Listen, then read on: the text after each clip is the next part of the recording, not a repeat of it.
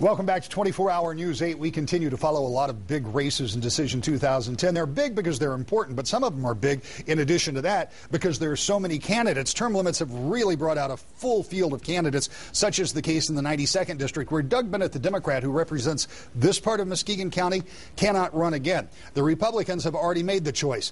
John McNally will be the candidate in November. He does not have any opposition during this primary coming up in August. But look at this. Democrats have a full field. A few minutes ago, you heard from Hovey Wright, McNeil, and Mullally. Now, in this segment, we want to introduce you to the rest of the candidates: Charles Nash, Scott Nesmith, David Taki, and Steve Warmington. Reminding you that Willie Walton was invited, accepted, then declined our interview. And one other candidate, that's Stephen Markle, who was in the race until last week, said he's no longer running through his support behind another candidate. I believe his name will still be on the ballot, but says he's not running. So here, let's listen to the other candidates running in District 92. So I have to look at how we're doing our spending, and I think we also need to look at some serious tax reforms that can help generate revenue with some common sense decision making. Taxing is an ugly word. However, I do know that taxing and taxation is a viable way to create revenue for our state, for our people. I think that increasing taxes is a last resort. However, we need our taxes. None of us in a vacuum would be wealthy.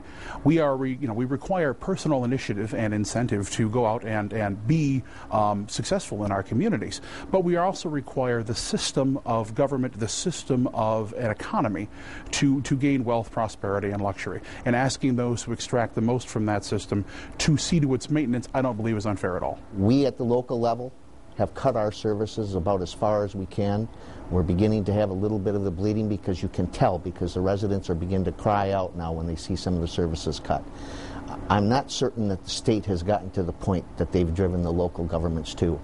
The 92nd is one of the biggest fields we'll see for a state house race, and those of you who live in that area of Muskegon County will have to decide between all of these candidates. And if you want more information about them, we invite you to do this. Go to woodtv.com. You'll be able to find an interactive map very much like this one. You'll be able to click on your district, on a Senate district, a House district, a U.S. House district, pull up the number, go in. You'll be able to find the information you want about the candidates. And, of course, we're going to be here on 24-Hour News 8 keeping you updated every step of the way for Decision 2010.